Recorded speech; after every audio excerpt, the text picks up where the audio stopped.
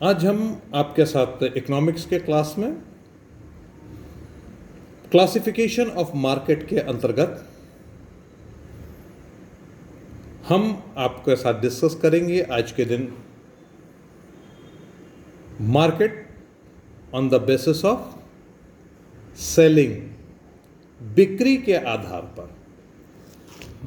आधार पर बाजार का निर्धारण। इसके तहत वस्तुओं की होने वाली बिक्री के आधार पर बाजार निम्नलिखित 4 भागों में बांटा जाता है। एक समान या मिश्रित बाजार यानी कि जनरल या मिक्स्ड मार्केट। इसके अंतर्गत वो मार्केट आती हैं जिसमें कि एक ही मार्केट में आपको बहुत सी विभिन्न प्रकार की वस्तुएं आप खरीद सकते हैं। जैसे कि आप किसी बाजार में जाएं, आपको कपड़ा भी चाहिए, आपको जूता भी चाहिए, आपको किताब भी चाहिए, तो आपको कॉपी भी चाहिए, तो आपको और भी दूसरी चीज़ें चाहिए। तो जितनी भी आपको जो भी आपकी डिफरेंट नीड्स हैं एक ही मार्केट के अंतर्गत आपको अवेलेबल हो जाए, उस तरीके से आप उस मार्केट से आप ले सकते हैं। कई एक उदाहरण है, आप अपने ही यहाँ चौक ले लीजिए। प्रयागराज में चौक है, वहाँ पर आपका कई तरीके की सामान आप एक मार्केट के अंतर्गत आप ले सकते हैं। उदाहरण के तौर पर मैंने आपको एक बता दिया। उसके बाद दूसरा आता है स्पेशलाइज्ड मार्केट, जहाँ पर आप यानी कि विशिष्ट बाजार, जहाँ पर जिन बाज़ारों के अंतर्गत हम एक प्रकार की वस्तु को खरीद फरोख्त कर सकते हैं, उसको हम स्पेशलाइज्ड मार्केट कहते हैं। Where you are going to sell or purchase one commodity is known as specialized market. जैसे सब्जी मंडी, आपके अनाज मंडी, सराफा बाज़ार, ये ऐसे हैं जैसे कि आपको वहीं पर आपको जाकर के मिलेगी। अनाज मंडी है, सब्जी मंडी है, फल मंडी है। आपका सराफा बाज़ार का मतलब ज्वेलरी शॉप्स, वहाँ पर आपको एक जगह पर आपको सारी चीज़ें मिल जाएंगी, यानी कि एक ही कमोडिटी के हर वैरायटी आपको वहाँ पर मिल जाएगी। उसके बाद नमूने द्वारा बिक्री, मार्केटिंग बाय सैंपल।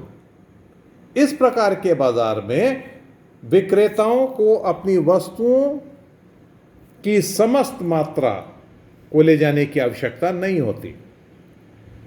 उसके नमूने को, वस्तुओं के सैंपल को ले जाकर के विक्रेताओं को दिखा करके उसका ऑर्डर ले लिया जाता है और डाक द्वारा नमूने को भेजकर उसकी बिक्री की जाती है। इसमें आपका सबसे बड़ा है लखनऊ का चिकन वर्क।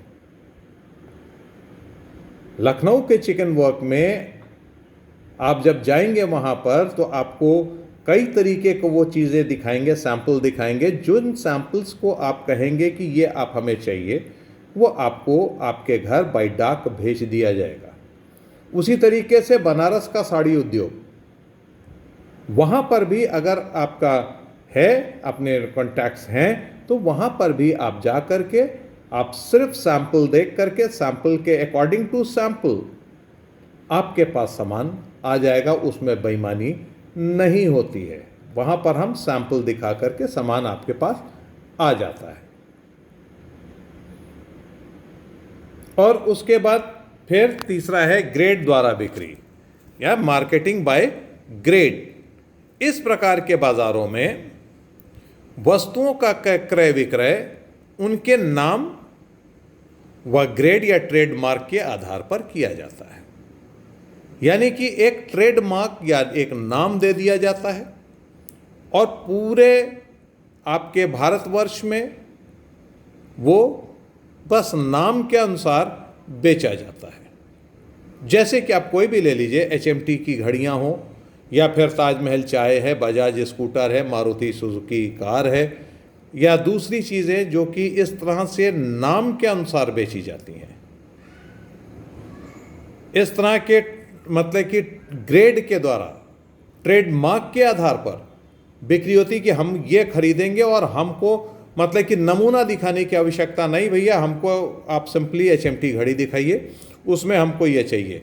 आप उसके ट्रेडमार्क के द्वारा हम खरीदारी करते हैं, हमको फिर कोई दूसरी चीज़ चाहिए ही नहीं। तो बाज़ार का एक तरीका ये भी है। और हम जो लोग हैं, व्यापारी या उत्पादक जो है, इस प्रकार की वस्तुओं के ट्रेडमार्क का सरकार द्वारा से पंजीकरण या रजिस्ट्रेशन को करवा लेते हैं, ताकि वो चीज़ रजिस्टर्ड हो जाती है। और उसके अब जिसने रजिस्टर्ड करा ली, उसके अलावा अब कोई दूसरा उस ट्रेडमार्क का कोई भी इस्तेमाल नहीं कर सकता है। अब classification of market on the basis of selling amount, बिक्री की मात्रा के आधार पर। इस प्रकार इस क्लासिफिकेशन के अंतर्गत दो तरह के बाजार आते हैं, एक तो फुटकर बाजार और एक होलसेल मार्केट। फुटकर बाजार में सभी वस्तुएं थोड़ी थोड़ी मात्रा में खरीदी या बेची जा सकती हैं, उसका अपना, उस मार्केट का अपना दाम का निर्धारण होता है, उसके आधार पर आप सामान खरीदते या वो एक व्यापारी अपने सामान को बेचता है, वहाँ पर आपको अब जो रेट है उस रेट पर आपको लेना पड़ता है। और थोक बाज़ार में ऐसी वस्तुएं जो बड़ी मात्रा में खरीदी बेची जाती हैं, जैसे कि आप कोई भी आप होलसेल मार्केट ले लीजिए, सब्जियों का आपका मुंडेरा बाज़ार है, जहाँ पर आपकी सब्जियों की एक होलसेल मार्केट है, और दिल्ली का सराफा बाज़ार है। आप इस तरह की मार्केट जहाँ पर होलसेल में, थोक में, आपके हमारे यहाँ आपका ये चौक है, यहाँ पे बड़ी दुकानें हैं जहाँ पर आपको होलसेल में आपकी बिक्री होती है। होलसेल मार्केट हमारे यहाँ चौक में है। सब्जी की होलसेल मार्केट हमारी मुंडेरा बाज़ार में है, प्रयागराज में। तो इस तरीके के बाज़ार जहाँ पर बड़ी मात्रा में वस्तुएं खरीदी और बेची जाती हैं, और इस थोक बाज़ार में हम मोल भाव भी कर ले जाते हैं। सबसे ज़्यादा तो हम रिटेल में करते हैं, लेकिन यहाँ पर भी मोल भाव हो जाता है और अपने हिसाब से हम खरीदारी कर सकते हैं। जब बड़ी मात्रा में करते हैं और सस्ते उसमें करते हैं, वो थोक बाज़ार होता है। और जब हम थोड़े मात्रा में और महंगे दर पर हम चीज़ों को लेते हैं, वो हमारी रिटेल मार्केट होती है। एंड नाउ, अब पांचवी आपकी जो है classification of market on the basis of legality, वैधानिकता के आधार पर। वैधानिकता के आधार पर हम इसको तीन भागों में बांट सकते हैं।